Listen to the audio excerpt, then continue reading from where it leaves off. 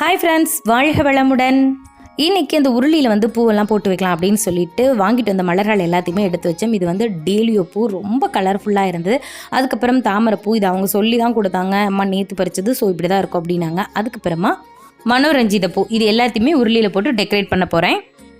இந்த உருளியை ஹாலில் எடுத்து வச்சாச்சு. மீதி இருக்கக்கூடிய 2 உருளியும் டைனிங் ஹாலில் இருக்கக்கூடிய அந்த செல்ஃபில் வச்சாச்சு. எனக்கு வாரம் இந்த மாதிரி பூ வாங்கிட்டு வந்து உருளியை டெக்கரேட் பண்ணி வைக்கிறது ரொம்பவே பிடிக்கும். அதை பார்க்குறப்பெல்லாம் ஒரு ஃப்ரெஷ்ஷான மைண்டு, பாசிட்டிவ் தாட் எனக்கு உண்டாகும். நம்ம கடையில் வாங்கக்கூடிய தாமரை பூ வாடி இருந்தது அப்படின்னு சொன்னால் தேவையில்லாத, அதாவது வாடி போன அந்த இதெல்லாம் எடுத்து போட்டுட்டு ஃப்ரெஷ்ஷாக இருக்கக்கூடிய இதில் இந்த மாதிரி முக்கோண வடிவத்தில் நம்ம மடித்து விட்டு வாஸ்து பவுலில் போட்டோம் அப்படின்னு சொன்னால் 2 நாளைக்கு அப்படியே ரொம்ப ஃப்ரெஷ்ஷாக இருக்கும்.